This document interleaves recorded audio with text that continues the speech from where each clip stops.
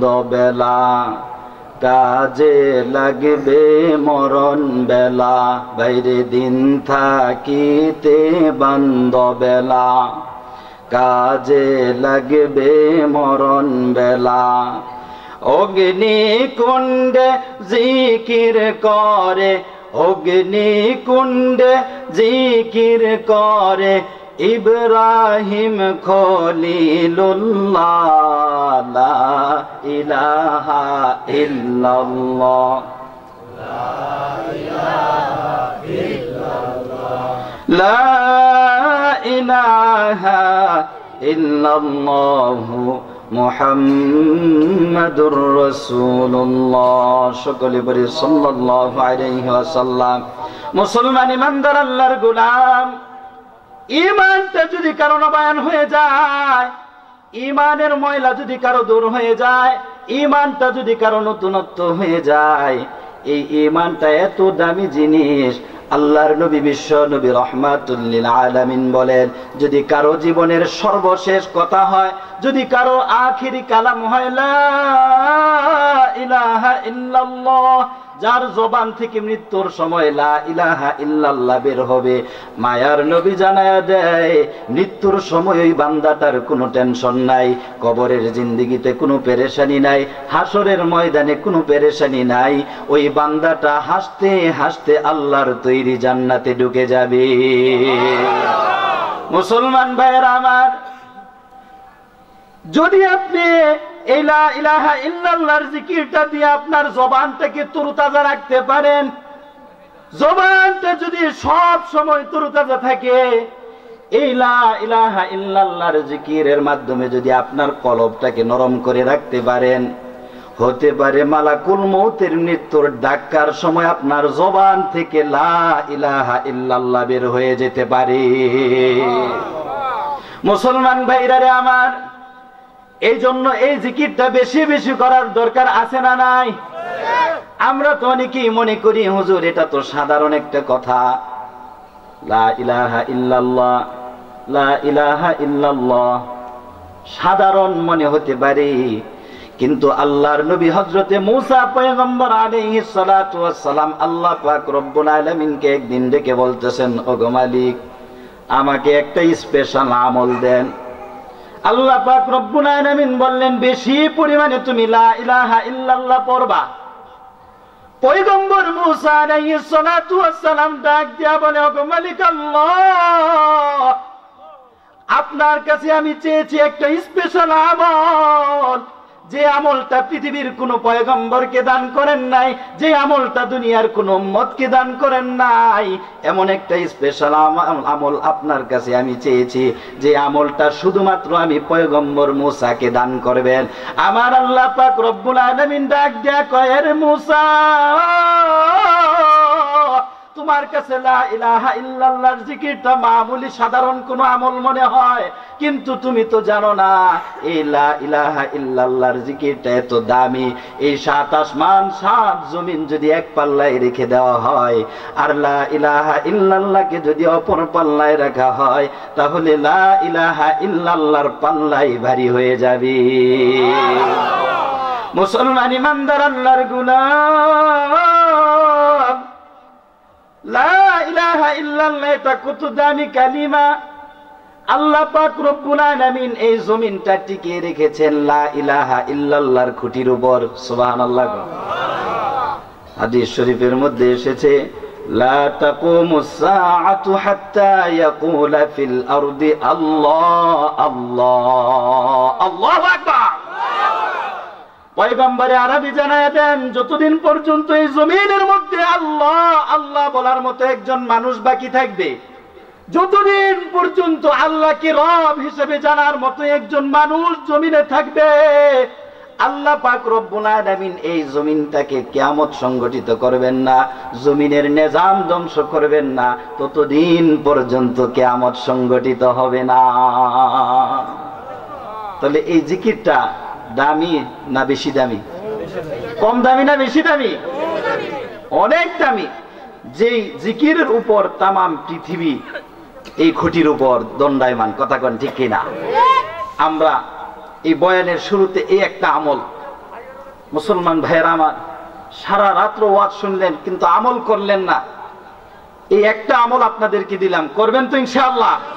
কে কে করবেন হাত তুলে আল্লাহকে দেখান। আল্লাহু আকবার, নারে তাকবীর, দিন ইসলাম, দিন ইসলাম।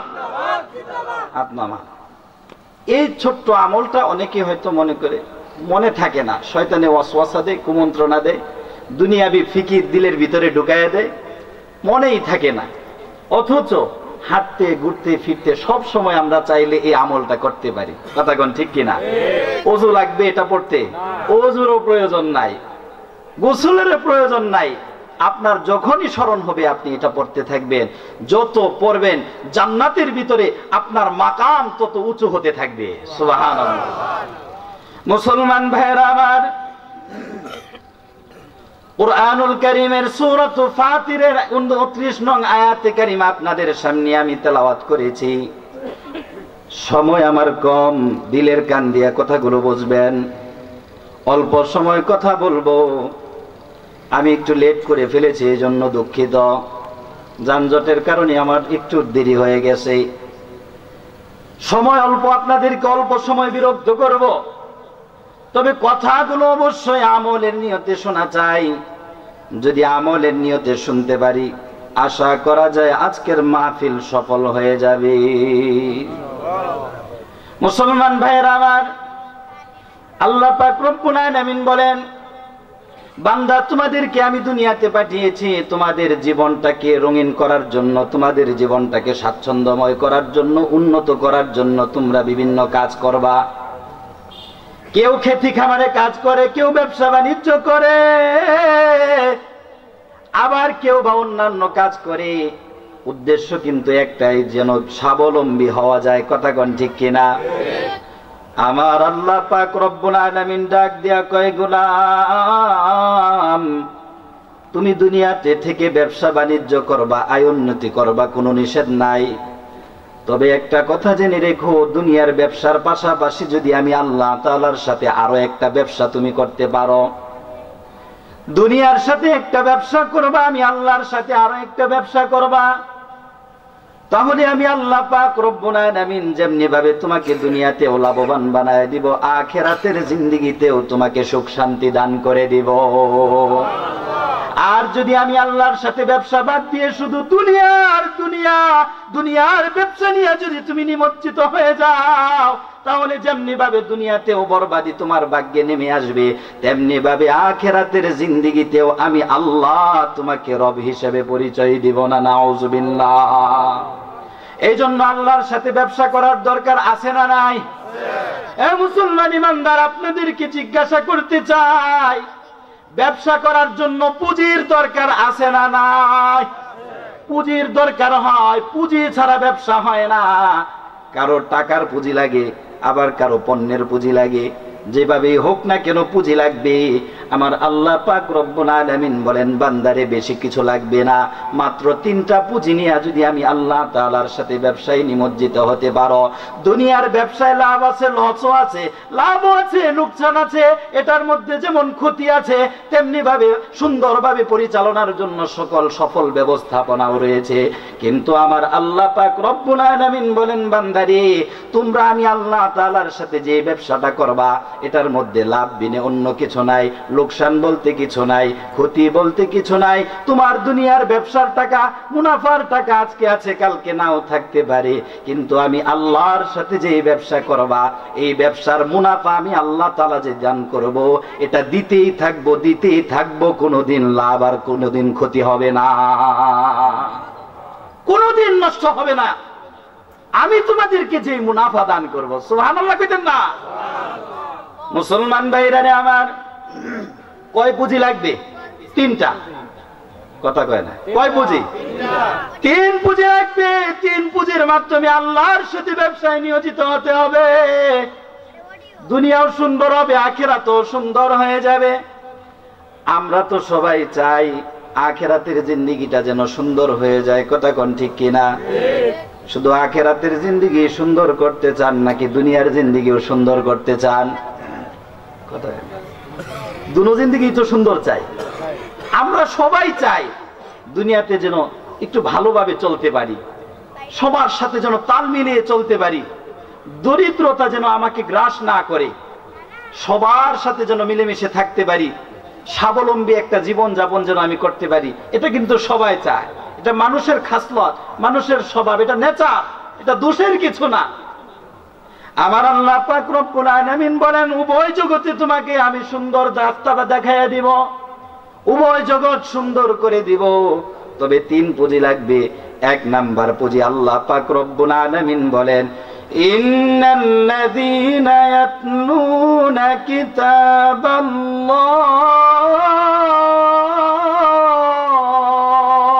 আল্লাহু আকবার। আল্লাহ পাক রব্বুল আলামিন বলেন 1 নাম্বার পুঁজি লাগবে কিতাবুল্লাহর তেলাওয়াত। জোরে বলেন, কিসের তেলাওয়াত? কুরআনুল কারীমের তেলাওয়াত লাগবে। আল্লাহর সাথে ব্যবসা করার 1 নাম্বার পুঁজি হলো কিতাবুল্লাহর তেলাওয়াত। কেউ যদি আল্লাহর কালামটা তেলাওয়াত করে, আল্লাহ পাক রব্বুল আলামিন বলেন এই কিতাবুল্লাহর তেলাওয়াতের মাধ্যমে কেউ যদি আমার সাথে ব্যবসায় নিয়োজিত হতে পারি, মায়ার নবী বলতেছেন কেমন লাভ মুনাফা আল্লাহ তাআলা দান করবেন। ক্বালা রাসূলুল্লাহ সাল্লাল্লাহু আলাইহি ওয়াসাল্লাম, মান ক্বারা হারফান মিন কিতাবিল্লাহি ফালাহু বিহি হাসানাহ ওয়াল হাসানাতু বিআশারি আমসালিহা। মায়ার নবী জানায়া দেন, কেউ যদি কুরআনুল কারীমের 1 খানা অক্ষর তেলাওয়াত করে, জুড়ে বলেন কয়টা? 1টা মাত্র অক্ষর পাঠ করে, আল্লাহ পাক রব্বুল আলামিন ওই বান্দার আমলনামার মধ্যে 1টা নেকি দান করবেন না, বরং 1 অক্ষর তেলাওয়াতের মধ্য দিয়ে রব্বুল আলামিন ওই বান্দার ভাগ্যে কম পক্ষে 10টা নেকি দান করে দিবেন। সুবহানাল্লাহ। আচ্ছা বলেন তো দেখি, এই ব্যবসাটা লাভবান নাকি লোকসানের? লাভের ব্যবসা না লোকসানের ব্যবসা? কত মুনাফার ব্যবসা দেখেন, লাগাইছেন মাত্র 1টা অক্ষরের পুঁজি। আল্লাহ পাক রব্বুল আলামিন 1-এর বিনিময়ে আপনাকে 10 দান করে দিতেছেন, অথচ কিয়ামতের ময়দানে 1 নেকির জন্য বাবা সন্তানকে পরিচয় দিবে না, সন্তান বাবাকে পরিচয় দিবে না, মা সন্তানকে পরিচয় দিবে না, কেউ কাউকে পরিচয় দিবে না। ওই 1 নেকির জন্য কত মানুষ জাহান্নামী হয়ে যাবে। আল্লাহ পাক রব্বুল আলামিন তার হাবিবের মাধ্যমে জানায়া দেন, কেউ যদি কালামুল্লাহ শরীফের 1টা অক্ষর তেলাওয়াত করে, আল্লাহ পাক রব্বুল আলামিন তার আমলনামার মধ্যে কম করে হলেও 10টা নেকি দান করে দেন। সুবহানাল্লাহ। মুসলমান ইমানদার আল্লাহর গোলাম, কেমন লাভের ব্যবসা, এই বিষয়ে কথা বলতে গেলে অসংখ্য হাদিস আমার কাছে আছে, কিন্তু সময় নাই। আরো বাকি রয়েছে 2টা পুঁজির কথা, শুনতে হবে কি হবে না? এ মুসলমান ইমানদার আল্লাহর গোলাম, একজন কোরআনওয়ালাকে আল্লাহ পাক রব্বুল আলামিন কি পরিমাণ মর্যাদা দান করবেন। আল্লাহর নবী বিশ্ব নবী রাহমাতুল লিল আলামিন বিভিন্ন হাদিসের মধ্যে জানিয়ে দিয়েছেন, আল্লাহ পাক রব্বুল আলামিন কাল কিয়ামতের ময়দানে কোরআনওয়ালা যিনি হবে, কোরআনের উপর আমলকারী যিনি হবেন, ওই কোরআনওয়ালার পিতা মাতাকে ডেকে পাঠাবেন। মান ক্বারা আল কুরআন ওয়া আমিলা বিমা ফি, কাল কিয়ামতের ময়দানে কোরআনওয়ালার পিতা মাতাকে ডেকে পাঠাবেন। বাবা আদম থেকে কিয়ামত পর্যন্ত যত মানুষ দুনিয়াতে এসেছেন সকল মানুষদেরকে একত্রিত করবেন। আল্লাহ পাক রব্বুল আলামিন এমন একটা মঞ্চ কায়েম করবেন, এই মঞ্চের মধ্যে ওই কোরআনওয়ালার পিতা মাতাকে দাঁড় করিয়ে দিবেন। উলবিসা ওয়ালিদাহু তাজান ইয়াউমাল কিয়ামা, কাল কিয়ামতের ময়দানে আল্লাহ পাক রব্বুল আলামিন হাজার হাজার কোটি কোটি মানুষের সামনে ওই কোরআনওয়ালার পিতা মাতার মাথার মধ্যে এমন একটা নূরের টুপি পরায়া দিবেন, যাউহু আহসানু মিন যাউইশ শামসি। নবীজি বলেন দুনিয়ার সূর্যের আলোর চাইতে আরো বেশি আলোকিত হবে। মায়ার নবী হাদিসের শেষে বলতেছেন, ফামা যান্নুকুম বিল্লাযী আমিলা বিহাযা, যদি কোরআনওয়ালার পিতা মাতাকে এমন সম্মান আল্লাহ তাআলা দান করে দেন, তাহলে ওই কোরআনওয়ালাকে আল্লাহ তাআলা কেমন মর্যাদা দান করে দিবেন। সুবহানাল্লাহ। কথা বলতে গেলে দীর্ঘ হয়ে যাবে, একটু কল্পনা করেন। আপনারা কল্পনা করতে থাকেন, আমি একটু সামনে আগাই। মুসলমান ভাইয়েরা আমার, এটা হলো 1 নাম্বার পুঁজি। আপনি যদি আল্লাহর সাথে ব্যবসা করতে পারেন কিতাবুল্লাহর তেলাওয়াতের মধ্য দিয়ে, এই যে রমজান ছাড়া যদি আপনি একটা অক্ষর তেলাওয়াত করেন কমপক্ষে 10টা নেকি, আর যদি রমজান মাসে আপনি কোরআন তেলাওয়াত করেন কমপক্ষে 700 নেকি আপনার ভাগ্যে মিলে যাবে। মুসলমান ভাইরা রে আমার, 2 নাম্বার পুঁজি লাগবে আকামুস সালাহ। আল্লাহ পাক রব্বুল আলামিন বলেন 2 নাম্বার পুঁজি লাগবে আমি আল্লাহর সাথে ব্যবসা করার জন্য নামাজ কায়েম করতে হবে। জুড়ে বলেন কি করতে হবে? নামাজ কায়েম করতে হবে। আচ্ছা বলেন তো দেখি, নামাজ নিজে না পড়ে নামাজ কায়েম করা যাবে নাকি? নামাজ কায়েম করতে হবে সব জায়গায়। নামাজ পড়ার নাম শুধু এটাকে নামাজ কায়েম বলে না, নামাজ কায়েম করার অনেক অর্থ রয়েছে। ব্যাখ্যার তাফসীরের দিকে যাওয়ার সময় নাই, তবে সংক্ষেপে আপনাদেরকে একটু জানায়া দেই। নামাজ কায়েম করার প্রধান অর্থ হলো, নামাজ যদি কেউ কায়েম করতে চায় তাহলে সর্বপ্রথম ব্যক্তিগত জীবনে তাকে নামাজি হতে হবে। নামাজ যদি কায়েম করতে চায় তাহলে ঘরের মানুষদেরকে নামাজি বানাতে হবে। নামাজ যদি কেউ কায়েম করতে চায় সমাজের মধ্যে নামাজের স্লোগান দিতে হবে।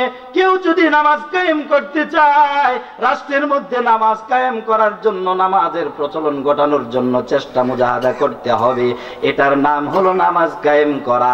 এখন অনেক মানুষ এমন পাওয়া যায় আমাদেরকে বুঝাইতে চায়, বলতে চায় আল্লাহ পাক রব্বুল আলামিন কুরআনুল কারীমের সব জায়গায় বলেছেন নামাজ কায়েম করা।